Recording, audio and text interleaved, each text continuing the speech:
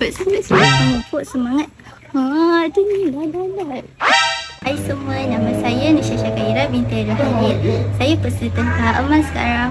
Hari ini saya nak menerangkan tentang rekreasi fizikal saya, iaitu badminton. Yang pertama, meningkatkan kemahiran pukulan dan teknik saya dengan melakukan teknik dan pukulan ke sasaran sebanyak 70% semasa latihan. Yang kedua, meningkatkan kecergasan fizikal secara sederhana dengan berlari atau berjalan pantas 10 minit sebanyak 3 kali tanpa cepat penat.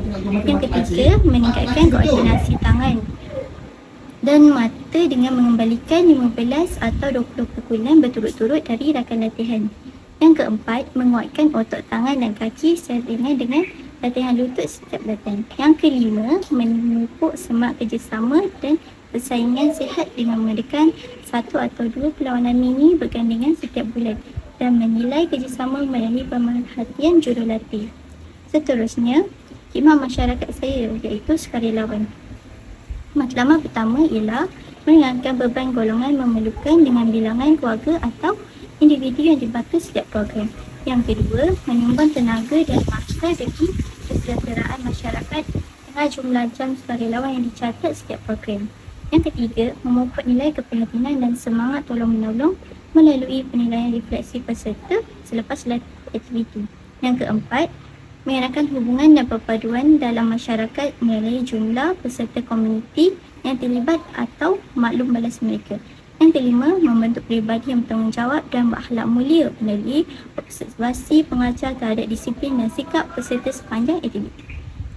Seterusnya, kemahiran lauk pauk. Kemahiran saya. Yang pertama, melengkapkan hidangan supaya makanan lebih seimbang dengan setiap hidangan mengandungi karbohidrat, protein dan sayur setiap kali memasak. Yang kedua, menambah rasa dan selera makan melalui kepuasan keluarga yang dinilai menggunakan skala 1 hingga 5 selepas setiap hidangan.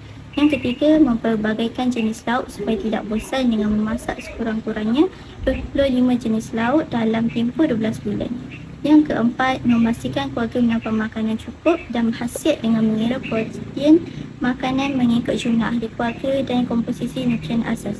Akhir sekali, meningkatkan kemahiran memasak dengan mampu menyiapkan lauk baru dalam masa 30 hingga 40 minit dengan teknik yang betul. Sekian sahaja dari saya. Terima kasih.